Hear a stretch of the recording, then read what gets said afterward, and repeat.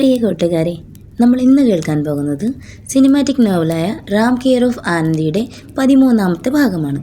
ഇതിനു മുമ്പുള്ള ഭാഗങ്ങൾ കേട്ടിട്ടില്ലാത്ത കൂട്ടുകാരുണ്ടെന്നുണ്ടെങ്കിൽ ആ ഭാഗം ഒന്ന് കേട്ടതിന് ശേഷം ഇത് കേൾക്കാൻ ശ്രദ്ധിക്കുമല്ലോ. അതുപോലെ തന്നെ ചാനൽ ആദ്യമായി കാണുന്ന കൂട്ടുകാരും ഇതുവരെ ചാനൽ സബ്സ്ക്രൈബ് ചെയ്യാത്ത കൂട്ടുകാരും ചാനൽ ഒന്ന് സബ്സ്ക്രൈബ് ചെയ്ത് സപ്പോർട്ട് ചെയ്യണേ. അപ്പോൾ നമുക്ക് വേഗം കഥയിലേക്ക് പോകാം. ലഞ്ച് ബ്രേക്ക് സമയത്ത് റാമും കൂട്ടരും നുങ്കമ്പാക്കം തെരുവിലൂടെ അമ്മ ഉണവകത്തിലേക്ക് നടക്കുകയായിരുന്നു. മല്ലി ഇപ്പോൾ വീട്ടിലെത്തി കാണും, റാം സന്തോഷത്തിൽ പറഞ്ഞു. നടത്തത്തിനിടയിൽ അവൻ പറഞ്ഞത് കേട്ട് ആനന്ദയും വെട്രിയും രേഷ്മയും അവനെ ഒന്ന് നോക്കി. നിനക്കെന്താ മച്ചാ അവളെ ഇത്ര കാര്യം? വെട്രി സംശയത്തോടെ ചോദിച്ചു. എനിക്ക് നിങ്ങൾ 3 പേരെയും എന്താ ഇത്ര കാര്യം? അതുപോലെ തന്നെ എക്സ്പ്ലനേഷൻ ഇല്ലാത്ത ഒരു വ്യക്തിയാണ് മല്ലിയും. എന്തായാലും ആ ഹിജ്റകളുടെ ഇടയിൽ നിന്നും അവർ രക്ഷപ്പെട്ടല്ലോ, രേഷ്മ ആശ്വാസത്തോടെ പറഞ്ഞു. അവരെ ഹിജ്റകളെന്നൊരിക്കലും പറയരുത്, തിരുനങ്കൈ, അതാണ് അവർക്ക് യോജിച്ച പേര്, ആനന്ദി പറഞ്ഞു. രേഷ്മ അവളെ നോക്കി ചെറുതായി ഒന്ന് പുഞ്ചിരിച്ചു. തിരുനങ്കൈ, റാം അത് സ്വയം പറഞ്ഞു നോക്കി. അപ്പോഴേക്കും അവർ ഉണവകത്തിലേക്ക് നടന്നെത്തിയിരുന്നു. 4 പേരും ഭക്ഷണം കഴിച്ചു തുടങ്ങിയ സമയത്ത് രേഷ്മ നേരത്തെ തന്നെ ഫോണിൽ സെറ്റ് ചെയ്ത് വെച്ചിരുന്ന അലാറം അടിച്ചു. അവൾ അത് ഓഫാക്കിക്കൊണ്ട് ചെവിയിലേക്ക് വച്ചു. ഹാ അമ്മ, പറയൂ.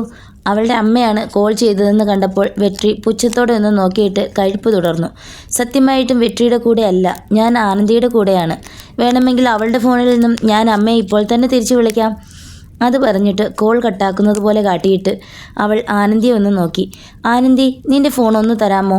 ഇന്നലെ ഈ ആങ്ങളത്തെണ്ടി എൻ്റെ ഡ്രസ്സിൽ ബിയറിൻ്റെ സ്റ്റിക്കർ ഒട്ടിച്ച് വെച്ചിരുന്നു. കൃത്യമായി അമ്മ അത് കണ്ടുപിടിക്കുകയും ചെയ്തു. ഇനി മുതൽ ഇവൻ്റെ കൂടെ നടന്നാൽ കോളേജിൽ വിടില്ലെന്നാ കൽപ്പന. നിൻ്റെ നമ്പറിൽ നിന്നും ഒരു കോൾ ചെയ്താൽ അവർക്ക് സമാധാനമാകും. നീയും ഇവനും കൂടി ഇപ്പോഴും അടിയാണെന്ന അമ്മയുടെ വിചാരം, രേഷ്മ ഇടതുകൈ നീട്ടിക്കൊണ്ട് പറഞ്ഞു. ആനന്ദി സൈഡ് ബാഗിൽ നിന്നും തൻ്റെ കീപാഡ് ഫോൺ രേഷ്മയുടെ കയ്യിലേക്ക് വെച്ചു കൊടുത്തു. ഞാൻ സത്യമായ സ്റ്റിക്കർ ഒന്നും ഒട്ടിച്ചില്ലെന്നേ, വെട്രി സ്വന്തം നിരപരാധിത്വം തെളിയിക്കാനായി റാമിനെയും ആനന്ദിയെയും നോക്കി പറഞ്ഞു. ചെയ്താലും ഇല്ലെങ്കിലും ഞാൻ പെട്ടു. രേഷ്മ അവളുടെ അമ്മയുടെ നമ്പർ ആനന്ദിയുടെ ഫോണിൽ ഡയൽ ചെയ്തു. ഹലോ അമ്മ, കേൾക്കുന്നുണ്ടോ? ഹലോ. രേഷ്മ ഉണവകത്തിലെ ആളുകളുടെ ശബ്ദം ശല്യം എന്നതുപോലെ മുഖഭാവം കാട്ടിയിട്ട് ഇരുന്നിടത്തു നിന്നും എഴുന്നേറ്റ് വാതിലിനരികിലേക്ക് നടന്നു. അമ്മ, ഹലോ. അവരെ 3 പേരെയും കേൾപ്പിക്കാൻ എന്നതുപോലെ അവൾ ഉണവകത്തിൻ്റെ വാതിൽപ്പടിയിൽ നിന്നുകൊണ്ട് ഒരിക്കൽ കൂടി അമ്മയുടെ പേര് വിളിച്ചിട്ട് പുറത്തേക്കിറങ്ങി. രേഷ്മേ, ഇത് നീയാണോ? എനിക്ക് കേൾക്കുന്നുണ്ട്. ഇത് ഏതാ നമ്പർ? മറുവശത്തു നിന്നും അവളുടെ അമ്മ ചോദിച്ചു. അമ്മേ, ഒരു കോൾ ടെസ്റ്റ് ചെയ്യുക.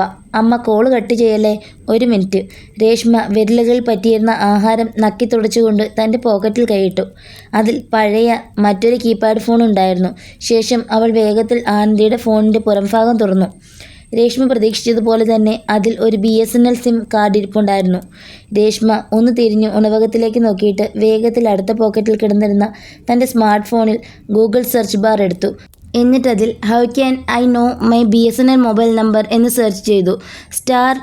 *888# എന്ന റിസൾട്ട് കണ്ടതും അവൾ വേഗത്തിൽ തൻ്റെ കീപാഡ് ഫോണിലേക്ക് ആനന്ദിയുടെ രഹസ്യ സിം എടുത്തിട്ട് അതിൽ റേഞ്ച് പിടിക്കാനായി കാത്തുനിന്നു. ഹലോ അമ്മ, കോൾ കട്ടാക്കല്ലേ, 1 മിനിറ്റ് കൂടി, അവൾ ആനന്ദിയുടെ ഫോൺ ചെവിയിൽ വെച്ചുകൊണ്ട് പറഞ്ഞു. രഹസ്യ സിം ഇട്ട ഫോണിൽ റേഞ്ച് പിടിച്ചത് കണ്ടപ്പോൾ അവൾ വേഗത്തിൽ ഗൂഗിളിൽ നിന്നും കിട്ടിയ നമ്പർ ഡയൽ ചെയ്തു. 2 സെക്കൻഡിനുള്ളിൽ ആനന്ദിയുടെ രഹസ്യ സിമ്മിൻ്റെ നമ്പർ സ്ക്രീനിൽ തെളിഞ്ഞു വന്നു. രേഷ്മ പെട്ടെന്ന് തന്നെ ആ നമ്പർ തൻ്റെ സ്മാർട്ട് ഫോണിലേക്ക് ടൈപ്പ് ചെയ്തു.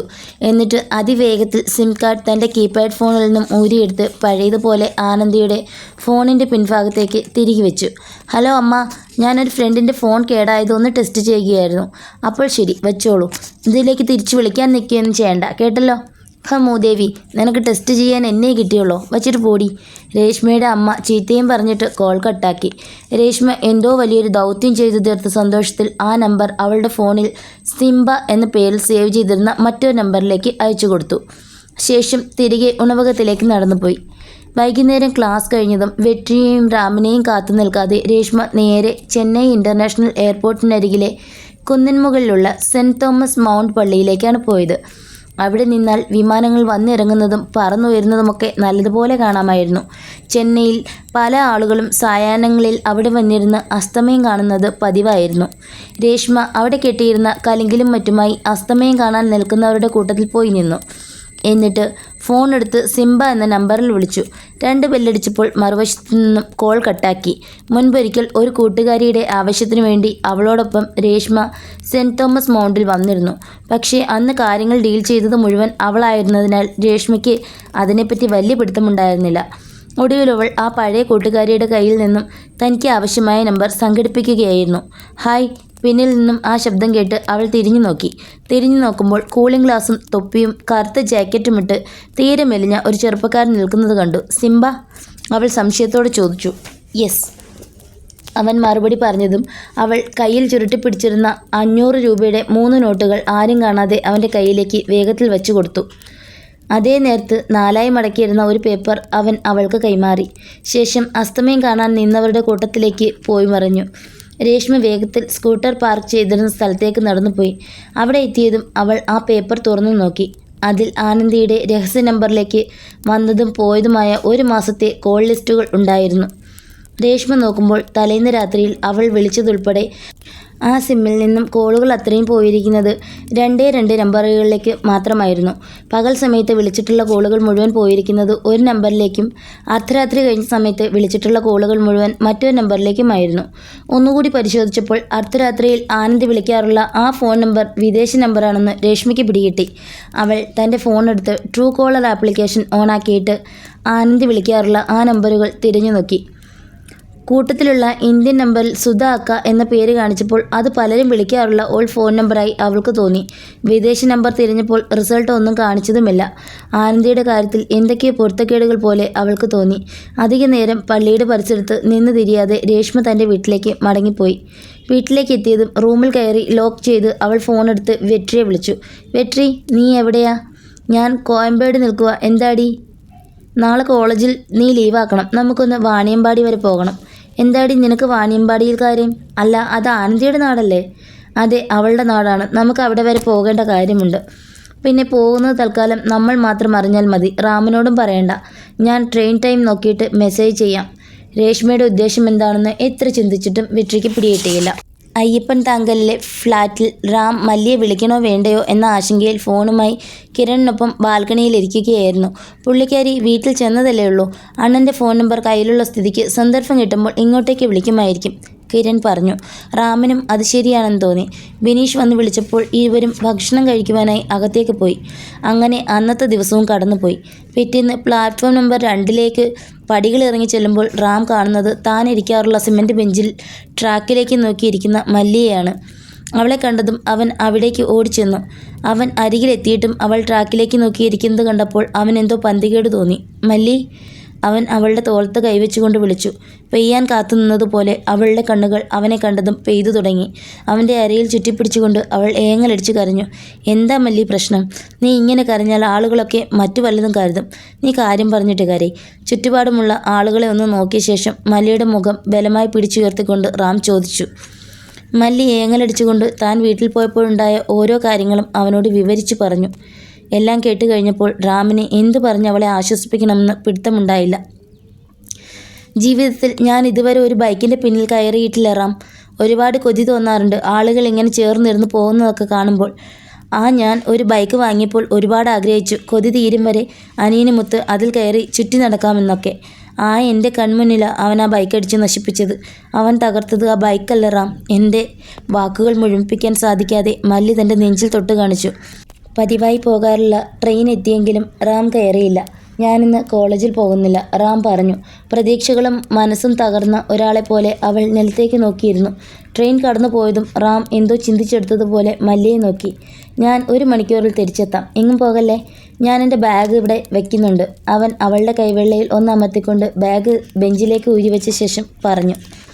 എന്നിട്ട് ധൃതിയിൽ റെയിൽവേ സ്റ്റേഷൻ്റെ വെളിയിലേക്ക് നടന്നുപോയി. 1ാമത്തെ പ്ലാറ്റ്ഫോമിൽ നിന്നിരുന്ന സമൂസ വിൽക്കുന്ന അമ്മച്ചി ബെഞ്ചിലിരിക്കുന്ന മല്ലിയെ കാണുകയും ഒരു ഞെട്ടലോടെ അവൾക്കരികിലേക്ക് ചെല്ലുകയും ചെയ്തു. റെയിൽവേ സ്റ്റേഷന് വെളിയിലേക്ക് വന്ന റാം ബസ് സ്റ്റോപ്പിലേക്ക് പോകുന്നതിന് പകരം ആദ്യമായി ഒരാളോട് ഓട്ടോ സ്റ്റാൻഡ് എവിടെയാണെന്ന് അന്വേഷിച്ചു. വെട്രിയും രേഷ്മയും വാണിയമ്പാടി റെയിൽവേ സ്റ്റേഷനിൽ ഇറങ്ങി ഒരു ഓട്ടോയിലായി ലക്ഷ്യത്തിലേക്ക് പൊയ്ക്കൊണ്ടിരിക്കുകയായിരുന്നു. ഇനിയെങ്കിലും നീയൊന്ന് പറയുമോ എന്താണ് കാര്യമെന്ന് വെട്രി ഓട്ടോയിലിരുന്നു കൊണ്ട് ഡ്രൈവർ കേൾക്കാത്ത തരത്തിൽ രേഷ്മയോട് ചോദിച്ചു. അല്പം കൂടി വെയിറ്റ് ചെയ്യ്, ഒരു സംശയം തീർത്തിട്ട് ഞാനെല്ലാം പറയാം, അവൾ ഗൗരവത്തോടെ പറഞ്ഞു. വെട്രിക്ക് അവളുടെ മുഖത്തെ ആ ഗൗരവം കണ്ടപ്പോൾ ദേഷ്യം വന്നു. എങ്കിലും അതടക്കി വെച്ചുകൊണ്ട് അവൻ പുറത്തേക്ക് നോക്കിയിരുന്നു. വാണിയമ്പാടി ശരിക്കും ഒരു അർത്ഥഗ്രാമമായിരുന്നു. ചിലയിടങ്ങളിൽ മാത്രം നഗരത്തിൽ നിന്നും എന്തൊക്കെയോ ഭാഗങ്ങൾ ഗ്രാമത്തിലേക്ക് അടർത്തി വെച്ചതുപോലെ തോന്നിച്ചു. റോഡിന് സമീപത്തു കൂടി ഒഴുകുന്ന ചാലിലൂടെ പാല് പോലെ വെളുത്ത നിറത്തിലുള്ള വെള്ളം ഒഴുകുന്നത് കണ്ടപ്പോൾ വെട്രി സംശയത്തോടെ അത് നോക്കി. ഇതെന്താണ് ആ വെള്ളത്തിന് ഈ നിറം? അവൻ ഓട്ടോ ഡ്രൈവറെ നോക്കി ചോദിച്ചു. ഈ സൈഡ് മുഴുവൻ ഫിനോൾ പോലുള്ള കെമിക്കലുകൾ ഉണ്ടാക്കുന്ന കടകളാണ്. അതിൽ നിന്നൊക്കെ ഒഴുകി വരുന്നതാ, അയാൾ നിസ്സാരമായി പറഞ്ഞു. ആ ചാലിൽ നിന്നും ശരീരം ശോഷിച്ച തെരുവ് നായ്ക്കളും മറ്റും ദാഹത്തോടെ മലിനജലം നക്കി കുടിക്കുന്നുണ്ടായിരുന്നു. ഏകദേശം 30 മിനിറ്റുകൾ സഞ്ചരിച്ചതും ഓട്ടോക്കാരൻ വണ്ടി ഒതുക്കി നിർത്തി. മോൾ പറഞ്ഞ തെരുവ് ഇതാണ്, അയാൾ ഒരു നീളമുള്ള തെരുവ് കാട്ടിക്കൊണ്ട് പറഞ്ഞു. വെട്രി വായിറങ്ങാം, രേഷ്മ വെളിയിലേക്ക് ഇറങ്ങിക്കൊണ്ട് പറഞ്ഞു. അത് കേട്ടതും ചുറ്റുപാടുമൊന്ന് ശ്രദ്ധിച്ചുകൊണ്ട് അവനും ഇറങ്ങി. ഈ ഏരിയയിൽ ഓട്ടോയൊക്കെ കിട്ടാൻ വലിയ പ്രയാസമാണ്. പിന്നെ ഞാനാണെങ്കിൽ തിരികെ റെയിൽവേ സ്റ്റേഷൻ വരെയും കാലിയടിച്ച് പോകണം. ഞാനിവിടെ വെയിറ്റ് ചെയ്യട്ടെ? എനിക്ക് വെയിറ്റിംഗ് ചാർജ് ഒന്നും തരണ്ട. നിങ്ങൾ തിരിച്ചു വരാൻ ഒരുപാട് താമസിക്കുമോ? അയാൾ ചോദിച്ചു. അത് ചിലപ്പോൾ പറയാൻ പറ്റില്ല അണ്ണ. അണ്ണൻ നിൽക്കണമെന്നില്ല, പൊയ്ക്കോളൂ. അവൾ ബാഗിൽ നിന്നും പണം എടുത്തുകൊണ്ട് പറഞ്ഞു. 1 മണിക്കൂർ വേണമെങ്കിലും വെയിറ്റ് ചെയ്യാം, ചാർജൊന്നും തരണ്ട. അയാൾ വീണ്ടും അപേക്ഷിക്കും പോലെ പറഞ്ഞു. സാരമില്ല, എത്രയായി? അവൾ ചോദിച്ചു. 250. ഇതാ. അവൾ 2 100-ൻ്റെയും 1 50-ൻ്റെയും നോട്ടുകൾ എടുത്ത് അയാൾക്ക് നേരെ നീട്ടി. അത് വാങ്ങി പോക്കറ്റിൽ വെച്ചിട്ട് അവരെ സലാം കാണിച്ചുകൊണ്ട് അയാൾ ഓട്ടോ തിരിച്ചു. സമീപത്ത് കണ്ട ചെറിയ ഒരു പച്ചക്കറി കടയിലേക്ക് രേഷ്മ നടന്നു ചെന്നു. കടയിൽ 60 വയസ്സോളം പ്രായമുള്ള ഒരു സ്ത്രീ തക്കാളിക്കൂടയിൽ നിന്നും മോശമായ തക്കാളികൾ പെറുക്കി മാറ്റിക്കൊണ്ടിരിക്കുകയായിരുന്നു. അമ്മ, ഈ സ്ട്രീറ്റിൽ ആനന്ദി എന്നു പേരുള്ള പെൺകുട്ടിയുടെ വീടറിയുമോ? ആളിപ്പോൾ ചെന്നൈയിലാണ് ജോലി ചെയ്യുന്നത്. അവളുടെ ചോദ്യം കേട്ട് അവർ അവളെയും റോഡിലായി നിന്നിരുന്ന വെട്രിയെയും സൂക്ഷിച്ചു നോക്കി. ഇവിടെ കുറേ ആനന്ദിമാരുണ്ട്. ആ പെണ്ണിൻ്റെ അപ്പയുടെ പേര് പറയൂ. രേഷ്മ പെട്ടെന്ന് തൻ്റെ ഫോണിൽ ഫോട്ടോ എടുത്തു വെച്ചിരുന്ന ആനന്ദിയുടെ സർട്ടിഫിക്കറ്റിലേക്ക് നോക്കി. ആർ രാമസ്വാമി, അവൾ പറഞ്ഞു. ഓ, ആ സുധയുടെ കൂട്ടത്തിലെ രാമസ്വാമിയോ? അവരൊക്കെ ഇവിടെ നിന്ന് താമസം മാറിപ്പോയിട്ട് കുറേ ആയല്ലോ. ഇപ്പോൾ അവളുടെ തന്നെ ഏരിയയിലെ അവളുടെ ആൾക്കാരുടെയും താമസം. എന്താ കാര്യം? അവർ സുധ എന്ന പേര് പറഞ്ഞപ്പോൾ രേഷ്മയുടെ മനസ്സിൽ പലവിധ സംശയങ്ങൾ പൊന്തി വന്നു. ആനന്ദി രഹസ്യമായി വിളിക്കാറുള്ള സുധ അക്ക അവർ തന്നെ ആയിരിക്കുമെന്ന് അവൾ കണക്കുകൂട്ടി. അങ്ങനെ പ്രത്യേകിച്ചൊന്നുമില്ല. എനിക്ക് അവളുടെ വീട് വരെ ഒന്ന് പോകണമായിരുന്നു. ഈ സുധ എന്ന സ്ത്രീ താമസിക്കുന്ന സ്ഥലം എവിടെയാ? രേഷ്മ ചോദിച്ചു. അതാ സ്കൂളിനടുത്താ. 15 മിനിറ്റ് മുന്നോട്ട് നടന്നിട്ട് ഇടത്തേക്ക് തിരിഞ്ഞാൽ മതി. അങ്ങോട്ടേക്ക് എത്താം. ശരി അമ്മ, നന്ദി. രേഷ്മ അവരെ കൈകൂപ്പി കാണിച്ചിട്ട് വെട്രി നിന്നിരുന്ന ഭാഗത്തേക്ക് നടന്നു. ആ ഓട്ടോ പറഞ്ഞു വിടണ്ടായിരുന്നു. രേഷ്മ അവർ കടന്നു വന്ന വഴിയിലേക്ക് നോക്കി പറഞ്ഞു. എന്തു പറ്റി? നമ്മൾ അന്വേഷിച്ചു വന്ന ആ ഫാമിലി കുറച്ചപ്പുറത്തേക്ക് താമസം മാറിയെന്ന്. രേഷ്മേ, നീ ഇനിയെങ്കിലും കാര്യം എന്താണെന്നൊന്ന് പറയുമോ? അവളുടെ മറ്റടുത്ത ഒരു സസ്പെൻസ്. അവൻ ദേഷ്യത്തോടെ പറഞ്ഞു. ഒന്നുമില്ല വെട്രി, നമ്മുടെ ആനന്ദിയല്ലേ, അവൾക്കൊരു സർപ്രൈസാ. വാ, നമുക്ക് ആ അമ്മ പറഞ്ഞ വഴിക്ക് നടന്നു പോകാം. രേഷ്മ അത് പറഞ്ഞിട്ട് മുൻപേ നടന്നു. വെട്രി എന്തെങ്കിലും ആവട്ടെ എന്ന മുഖഭാവത്തോടെ അവളെ പിന്തുടർന്നു. 5. റാം ഗിണ്ടി റെയിൽവേ സ്റ്റേഷനിലേക്ക് തിരികെ എത്തി. പ്ലാറ്റ്ഫോമിലെ ആ ബെഞ്ചിൽ തന്നെ റാമിൻ്റെ ബാഗും മടിയിൽ വെച്ച് മല്ലി മുന്നോട്ട് നോക്കി അങ്ങനെ ഇരിപ്പുണ്ടായിരുന്നു. അവളുടെ സമീപത്ത് സമൂസ വിൽക്കുന്ന അമ്മച്ചിയും നിരത്തായി ഇരിപ്പുണ്ട്. മല്ലി, എൻ്റെ കൂടെ വാ. അവൻ അവിടേക്ക് നടന്നു ചെന്നുകൊണ്ട് അവളെ വിളിച്ചു. യാതൊരുവിധ വികാരങ്ങളും ഇല്ലാത്ത മുഖഭാവത്തോടെ അവൾ അവനെ നോക്കി. ഒന്ന് വായോ പ്ലീസ്. അവൻ കുട്ടികളെ പോലെ അവളുടെ കയ്യിൽ പിടിച്ചു വലിച്ചു. മല്ലി ഒന്ന് ദീർഘനിശ്വാസം മുതിർത്തിട്ട് ബെഞ്ചിൽ നിന്നും എഴുന്നേറ്റു. ശേഷം അവൻ്റെ നിയന്ത്രണത്തിൽ മുന്നോട്ട് പോയി. സമൂസ വിൽക്കുന്ന അമ്മച്ചിയും അവരുടെ പിന്നാലെ സമൂസ കൂടുമായി നടന്നു ചെന്നു.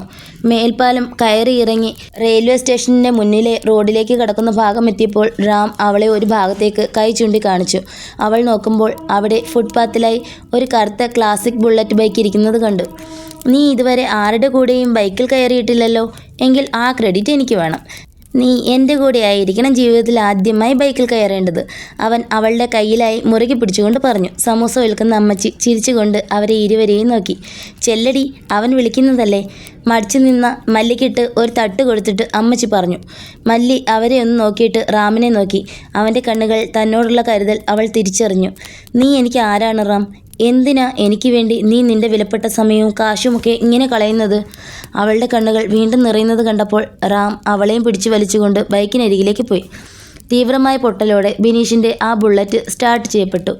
മല്ലിക്ക് ബൈക്കിലിരിക്കാൻ അത്ര പിടുത്തമുണ്ടായിരുന്നില്ല.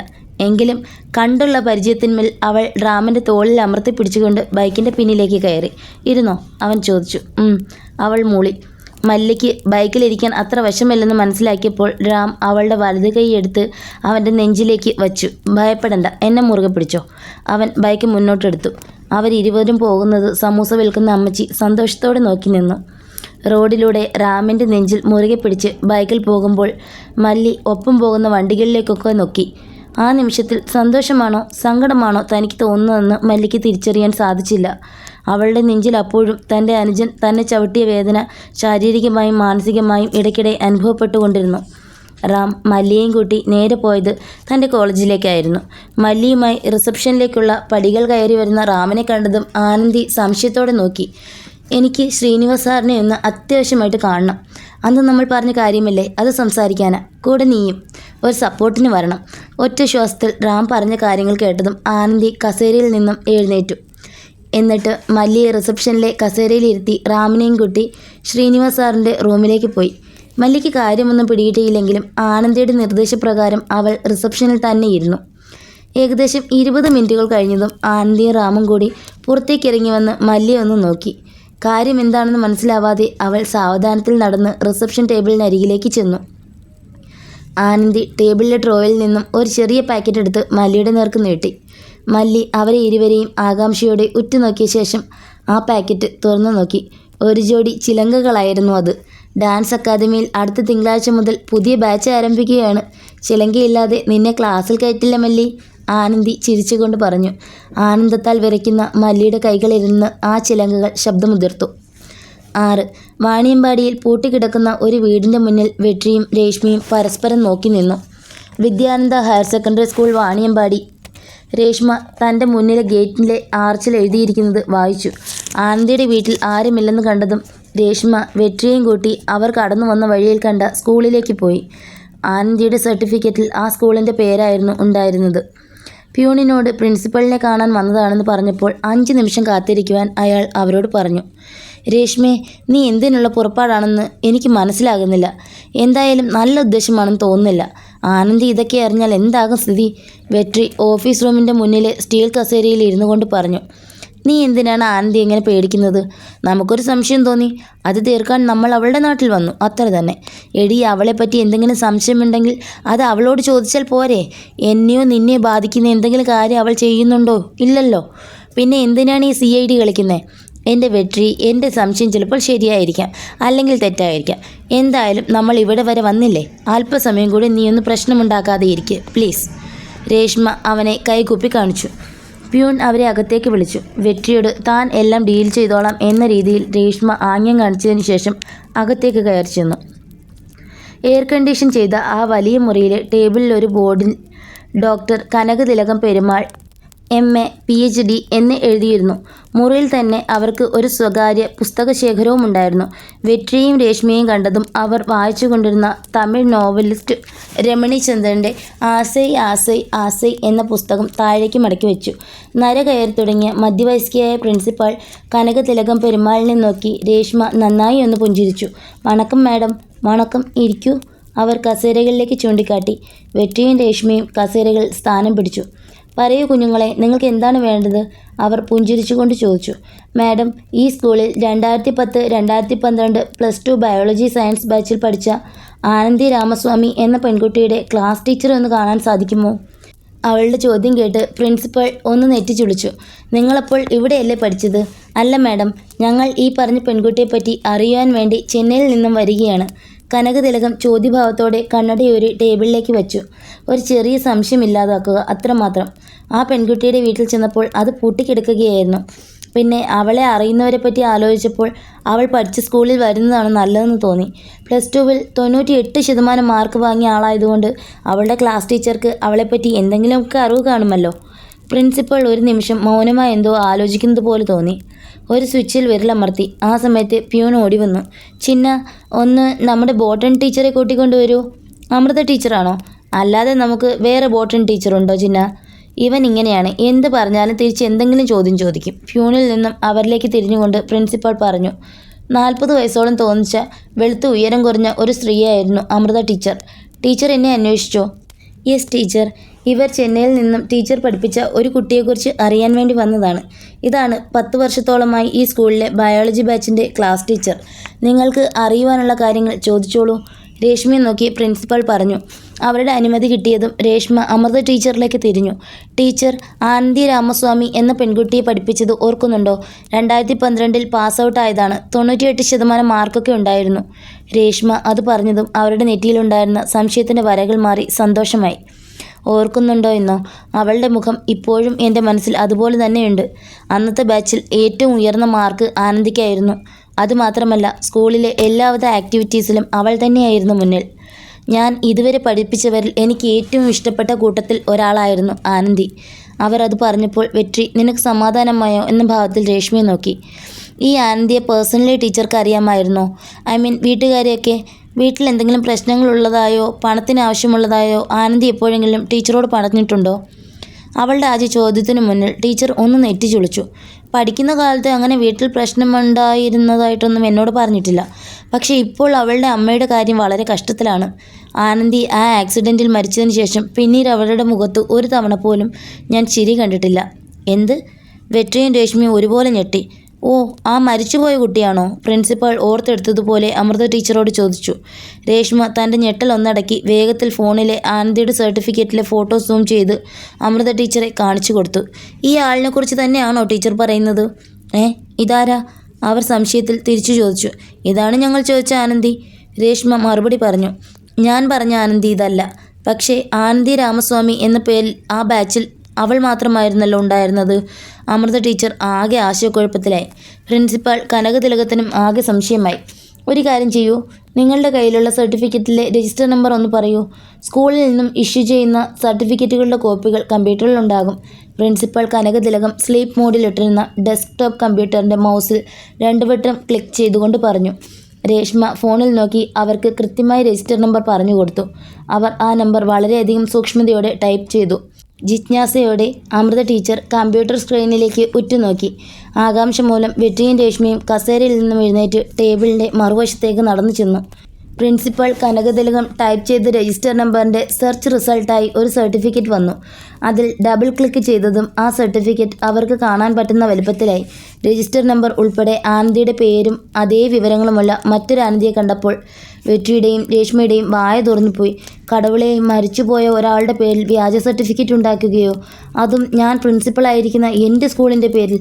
കനകതിലകം ലാൻഡ് ഫോണിൻ്റെ റിസീവർ കയ്യിലേക്കെടുത്തു. മാഡം പ്ലീസ് 1 മിനിറ്റ് വെയിറ്റ് ചെയ്യൂ. രേഷ്മ അവരെ പിന്തിരിപ്പിച്ചു. എന്നിട്ട് തുടർന്നു. മാഡത്തിന് ഒരു സുധ എന്ന സ്ത്രീയെ അറിയുമോ? ഈ പറയുന്ന ആനന്ദിയുടെ അച്ഛൻ അവരുടെ കൂടെയുള്ള ആളാ. അതുപോലെ ഞങ്ങൾക്കറിയാവുന്ന ഡ്യൂപ്ലിക്കേറ്റ് ആനന്ദി ഈ പറഞ്ഞ സുധ എന്ന സ്ത്രീയുമായി അടിക്കടി ബന്ധപ്പെടാറുമുണ്ട്.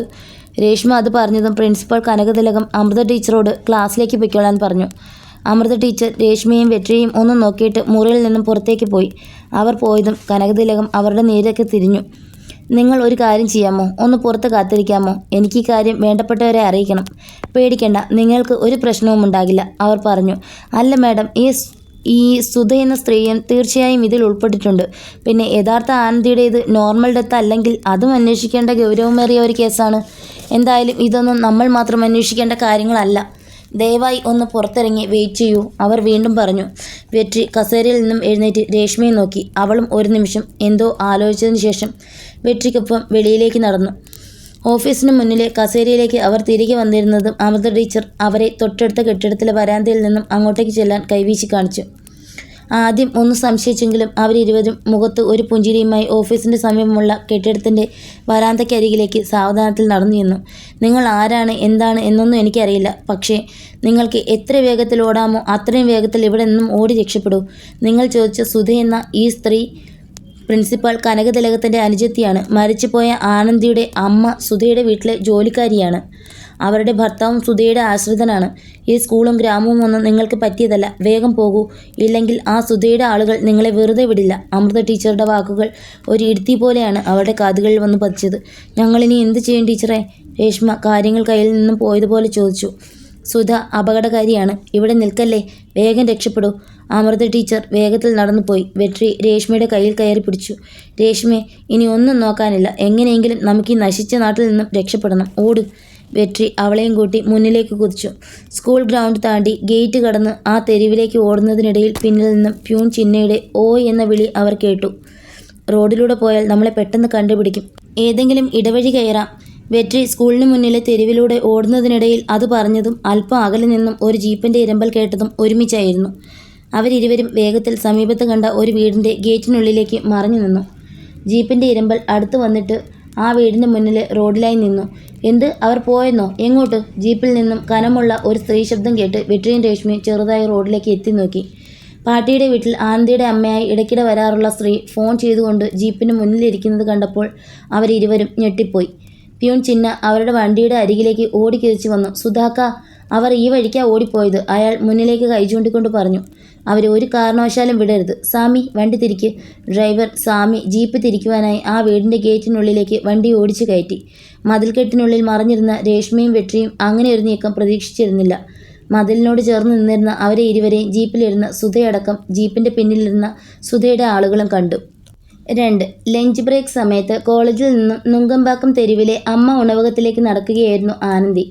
റാമും വെട്രിയും രേഷ്മയും കോളേജിൽ ലീവായിരുന്നതിനാൽ തനിച്ചായിരുന്നു നടത്തം. ആ സമയത്ത് അവളുടെ ഫോണിലേക്ക് ചില അടിയന്തര ഘട്ടങ്ങളിൽ മാത്രം വിളി വരാറുള്ള ഒരു നമ്പറിൽ നിന്നും കോൾ വന്നു. ആദ്യത്തെ വിളിയിൽ തന്നെ അവൾ കോൾ എടുത്തു. ഹലോ സുധാക്ക, എന്തുപറ്റി? പെണ്ണെ, നീ താമസിക്കുന്ന ആ വീട്ടിലെ ചെറുക്കനും ഒരു പെണ്ണും നിന്നെ കണ്ടെത്തി കഴിഞ്ഞു. എത്രയും വേഗത്തിൽ ചെന്നൈ വിടാനുള്ള കാര്യങ്ങൾ ചെയ്യണം. സുധാക്ക, അവരെവിടെയുണ്ട്? അവൾ പരിഭ്രമത്തോട് ചോദിച്ചു. അവരെ കയ്യിൽ കിട്ടിയില്ല. എൻ്റെ കൺമുന്നിൽ നിന്ന് രക്ഷപ്പെട്ടു കളഞ്ഞു. പക്ഷെ രണ്ടും എൻ്റെ ഏരിയയിൽ തന്നെ ഉണ്ട്. വൈകാതെ പിടിക്കും. അക്ക, ദയവായി അവരൊന്നും ചെയ്യരുത്. ഞാൻ നേരിൽ വരാം. പെണ്ണെ, നീ ഇതിൽ ഇടപെടണ്ട. ഞാൻ പറഞ്ഞത് ചെയ്. രാത്രിയിൽ ആൾ വരും. പുറപ്പെടാൻ തയ്യാറായിക്കോ. കോൾ കട്ടായതും ആനന്ദി എല്ലാം തകർന്ന ഒരുവളെ പോലെ ഉണവകത്തിന് സമീപമുള്ള അടഞ്ഞു കിടന്നിരുന്ന ഒരു കടയുടെ മുന്നിലെ തിണ്ണയിലേക്കിരുന്നു.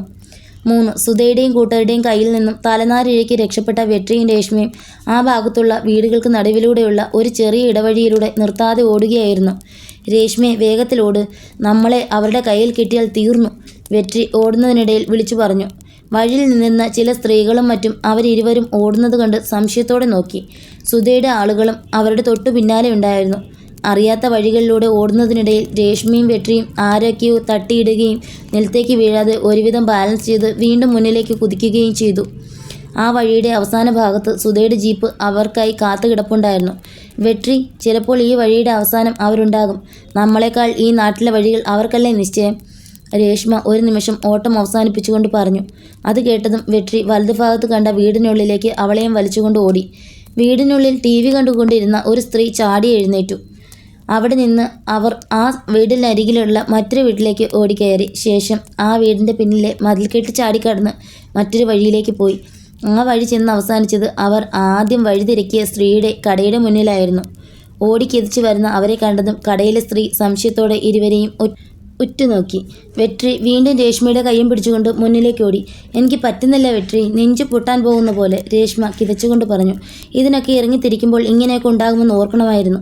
അവളെ നിൽക്കാൻ സമ്മതിക്കാതെ വെട്രി വീണ്ടും വലിച്ചുകൊണ്ട് മുന്നോട്ടോടി. പ്രതീക്ഷിച്ചതുപോലെ അവരെ വഴിയുടെ അവസാനം കാണാതിരുന്നപ്പോൾ സുധയുടെ ആളുകൾ അടുത്ത വഴി അവസാനിക്കുന്ന ഇടത്തേക്ക് ജീപ്പ് പായിച്ചു. ദൂരെ നിന്നും തങ്ങൾക്കരികിലേക്ക് അടുക്കുന്ന ആ ജീപ്പിൻ്റെ ഇരമ്പൽ ശബ്ദം രേഷ്മയുടെയും വെട്രിയുടെയും കാതുകളിലും എത്തി. തങ്ങൾ അവരുടെ പിടിയിലാകുമെന്ന് മനസ്സിലാക്കിയിട്ടും അവരിരുവരും നിർത്താതെ മുന്നോട്ടോടി. പക്ഷേ തികച്ചും അപ്രതീക്ഷിതമായാണ് അവരുടെ മുന്നിലേക്ക് ഒരു ദൈവദൂതനെ പോലെ ആ ഓട്ടോറിക്ഷക്കാരൻ വണ്ടി ചവിട്ടി നിർത്തിയത്. അവിടെ വരെ കാലിയടിച്ചു പോകുന്നത് നഷ്ടമായതുകൊണ്ട് നിങ്ങൾ വരുമോ എന്നറിയാൻ ഞാൻ ഇവിടെ തന്നെ കുറച്ചു നേരമായി കറങ്ങുകയായിരുന്നു, അയാൾ വിനയത്തോടെ പറഞ്ഞു. രേഷ്മയും വെട്രിയും പരസ്പരം അത്ഭുതത്തോടെ നോക്കിയ ശേഷം വണ്ടിയിലേക്ക് ചാടിക്കയറി. അണ്ണാ, വണ്ടി പെട്ടെന്നെടുത്തോ, മാക്സിമം സ്പീഡിൽ പോകട്ടെ, 100 രൂപ എക്സ്ട്രാ തരാം. വെട്രി അത് പറഞ്ഞതും അയാൾ ആവേശത്തോടെ ഓട്ടോ മുന്നോട്ടെടുത്തു. പരമാവധി വേഗതയിൽ പോകുന്ന ഓട്ടോയിൽ ഇരുന്നു കൊണ്ട് രേഷ്മയും വെട്രിയും ഇടയ്ക്കിടെ തിരിഞ്ഞു നോക്കി. നിങ്ങളെന്താ ആകെ വിയർത്ത് വല്ലാതെ ഇരിക്കുന്നത്, അയാൾ ഓട്ടോ ഓടിക്കുന്നതിനിടയിൽ ചോദിച്ചു. അത് കുറച്ച് പട്ടികൾ ഞങ്ങളെ കടിക്കാനിട്ട് ഓടിച്ചു, അതാ, രേഷ്മ മുഖമൊന്ന് അമർത്തി തുടച്ചുകൊണ്ട് പറഞ്ഞു. ഈ തെരുവ് പട്ടികളെ കൊണ്ട് വല്ലാത്ത ശല്യമാ മോളെ. ദീപാവലി സമയത്ത് ഞാൻ ഇവറ്റയുടെ വാലിൽ കമ്പിത്തിരി കിട്ടി കത്തിച്ചു വിടാറുണ്ട്. അയാൾ പറഞ്ഞത് കേട്ട് രേഷ്മ അയാളെ നോക്കി കണ്ണും വീഴ്ച്ചു. അങ്ങോട്ടേക്ക് വന്നപ്പോൾ അരമണിക്കൂർ സമയമെടുത്തുവെങ്കിൽ തിരികെ റെയിൽവേ സ്റ്റേഷനിലേക്ക് എത്താൻ വെറും 15 മിനിറ്റേ എടുത്തുള്ളൂ. ഓട്ടോയിൽ നിന്നും ചാടി ഇറങ്ങി വെട്രി പേഴ്സിൽ നിന്നും 500 രൂപ എടുത്ത് ഓട്ടോക്കാരന് കൊടുത്തു. അയാൾ ബാക്കി എടുക്കാൻ തുടങ്ങിയതും ബാക്കി വച്ചോളാൻ രേഷ്മ പറഞ്ഞു. എന്നിട്ട് വെട്രിയും കൂട്ടി റെയിൽവേ സ്റ്റേഷനിലേക്ക് ഓടി. കോയമ്പത്തൂർ ഭാഗത്തേക്ക് പോകുന്ന ഒരു ട്രെയിൻ 1-ാം നമ്പർ പ്ലാറ്റ്ഫോമിൽ നിന്നും പുറപ്പെടാൻ തുടങ്ങുകയായിരുന്നു. അതോടൊപ്പം ചെന്നൈ പോകുന്ന ഏതോ ട്രെയിൻ ഉടൻ തന്നെ 2-ാം നമ്പർ പ്ലാറ്റ്ഫോമിലേക്ക് വന്നെത്തുമെന്ന അറിയിപ്പും മുഴയും കേട്ടുകൊണ്ടിരുന്നു. വെട്രി രേഷ്മയും കൂട്ടി പുറപ്പെടാനായി ഹോൺ മുഴക്കിയ ട്രെയിനിലേക്ക് ചാടിക്കയറി. എടാ, നമ്മൾ എന്തിനാ എതിർദിശയിലേക്ക് പോകുന്നത്? നമ്മുടെ ട്രെയിൻ വരാൻ പോകുന്നതല്ലേ ഉള്ളൂ, രേഷ്മ ഈർഷ്യയോടെ ചോദിച്ചു. വെട്രി അവളെ അകത്തേക്ക് കയറ്റി നിർത്തിയിട്ട് റെയിൽവേ സ്റ്റേഷൻ്റെ മുന്നിലേക്ക് വിരൽ ചൂണ്ടി. സുധയുടെ ആളുകൾ ആ ജീപ്പിൽ സ്റ്റേഷൻ്റെ മുന്നിലേക്ക് വന്നിറങ്ങുന്നത് അവർ കണ്ടു. 8ഓളം ആളുകൾ ചുറ്റുപാടും തുടരെ തലവെട്ടിച്ച് നോക്കിക്കൊണ്ട് പ്ലാറ്റ്ഫോമിലേക്ക് ഓടിയെത്തി. അവരുടെയൊക്കെ ഷർട്ടിൻ്റെ പിൻഭാഗത്ത് വടിവാളിൻ്റെ പടികൾ ഉയർന്നു നിൽപ്പുണ്ടായിരുന്നു. രേഷ്മയും വെട്രിയും വേഗത്തിൽ ബോഗിക്കുള്ളിലേക്ക് ഉൾവലിഞ്ഞു. 1-2 സ്റ്റേഷൻ അപ്പുറത്തിറങ്ങി വല്ല ബസ്സിലും തിരിച്ചു പോകാം, വെട്രി കിതച്ചുകൊണ്ട് പറഞ്ഞു. രേഷ്മ അതിന് മറുപടിയൊന്നും പറഞ്ഞില്ല. അവർ കയറിപ്പറ്റിയ ട്രെയിൻ വാണിയമ്പാടി സ്റ്റേഷനിൽ നിന്നും അകന്നു തുടങ്ങിയിരുന്നു. കത്തിപ്പാറ പാലത്തിന് താഴെ അന്ന് ആഘോഷത്തിൻ്റെ രാത്രിയായിരുന്നു. മല്ലിക്ക് ഡാൻസ് അക്കാദമിയിൽ അഡ്മിഷൻ ലഭിച്ച പേരിലായിരുന്നു ആഘോഷമെങ്കിലും വീട്ടിൽ നിന്നും അവളുടെ മനസ്സിനേറ്റ മുറിവുണക്കാനുള്ള പ്രധാന ഉദ്ദേശത്തിലാണ് മല്ലിയുടെ 12 സുഹൃത്തുക്കളും ചേർന്ന് ഡാൻസ് അക്കാദമിയുടെ അഡ്മിഷൻ്റെ പേരിൽ ആഘോഷം നടത്തി അവളെ സന്തോഷിപ്പിക്കാൻ തീരുമാനിച്ചത്. തിരുനങ്കൈകളുടെ കൂട്ടത്തിൽ ഏറ്റവും മുതിർന്നതും നന്നായി പാചകം ചെയ്യാൻ അറിയാവുന്നതുമായ തിലോത്തമയാണ് ബിരിയാണി ഉണ്ടാക്കുന്ന ചുമതല ഏറ്റെടുത്തിരുന്നത്. 1-2 പേർ അവരെ അതിന് സഹായിച്ചു. ബാക്കിയുള്ളവർ മല്ലിയെ നടുക്കിരുത്തി അവൾക്ക് സന്തോഷം പകരുന്ന ഓരോ തമാശകൾ പറഞ്ഞുകൊണ്ടിരുന്നു. ഹോ, ഇതുവരെ ആയില്ലേ? തിരുനങ്കൈകൾ ഒരുവൾ പാചകം നടക്കുന്ന വശത്തേക്ക് വന്നിട്ട് വയറ് തടവിക്കൊണ്ട് ചോദിച്ചു. എങ്കിൽ ഇങ്ങി വാടി, നീ വന്നുണ്ടാക്കടി. തിലോത്തമ അവളെ ചീത്ത പറഞ്ഞോടിച്ചു. ഏകദേശം 10:30 കഴിഞ്ഞതും ബിരിയാണി റെഡിയായി. അവർ 13 പേരും ഒന്നിച്ചിരുന്ന് ബിരിയാണി കഴിച്ചു. മല്ലിയുടെ മുഖത്ത് അവശേഷിച്ചിരുന്ന ബാക്കി വിഷമം കൂടി അതോടെ ഇല്ലാതായി.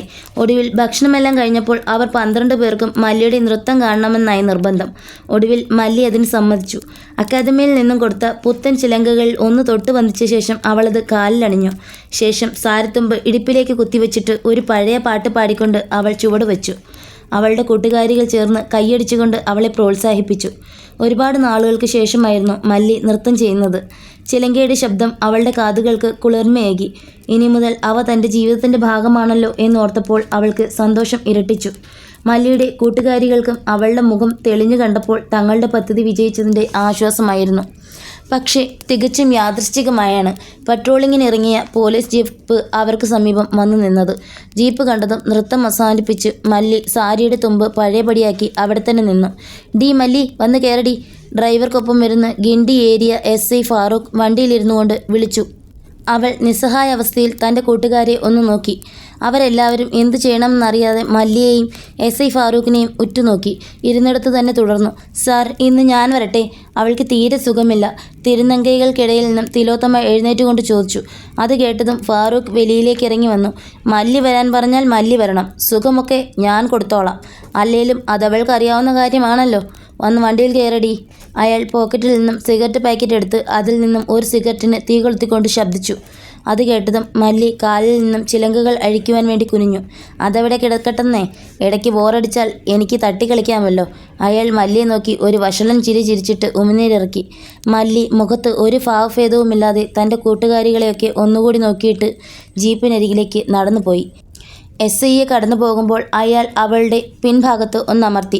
ആ നിമിഷത്തിൽ അലറി വിളിച്ചുകൊണ്ട് അയാളുടെ കഴുത്തിലെ ഞരമ്പുകൾ കടിച്ചു പൊട്ടിക്കാൻ മല്ലിക്ക് തോന്നി. ഉള്ളിൽ വന്ന രോഷം തടഞ്ഞു നിർത്തിയപ്പോൾ കുറേ നേരമായി ഇല്ലാതിരുന്ന നെഞ്ചുവേദന വീണ്ടും വന്നതുപോലെ അവൾക്ക് തോന്നി. ജീപ്പിനരികിലേക്ക് അടിവെച്ചടിവെച്ച് പോകുന്ന ചിലങ്കയുടെ ശബ്ദവും ആ ശബ്ദം അവസാനം ജീപ്പ് സ്റ്റാർട്ടായി മുന്നോട്ട് പോകുന്ന ശബ്ദവും തിരുനങ്കൈകൾ അവിടേക്ക് നോക്കാതെ നിലത്തേക്ക് നോക്കിയിരുന്ന് കേട്ടു. പ്രിയപ്പെട്ടവരെ, കഥ നിങ്ങൾക്ക് ഇഷ്ടമാവുന്നുണ്ടാവുമല്ലോ അല്ലേ? കഥ നിങ്ങൾക്ക് ഇഷ്ടപ്പെടുന്നുണ്ടെങ്കിൽ തീർച്ചയായും ലൈക്ക് ചെയ്ത് സപ്പോർട്ട് ചെയ്യണേ. അതുപോലെ തന്നെ നിങ്ങളുടെ അഭിപ്രായങ്ങളും വിമർശനങ്ങളും നിർദ്ദേശങ്ങളുമൊക്കെ കമൻറ്റായി രേഖപ്പെടുത്തുകയും വേണം. ഇനി ഈ നോവലിൻ്റെ അടുത്ത ഭാഗവുമായി ഞാൻ വരും വരേക്കും നിങ്ങൾക്ക് എല്ലാവർക്കും വിടാം.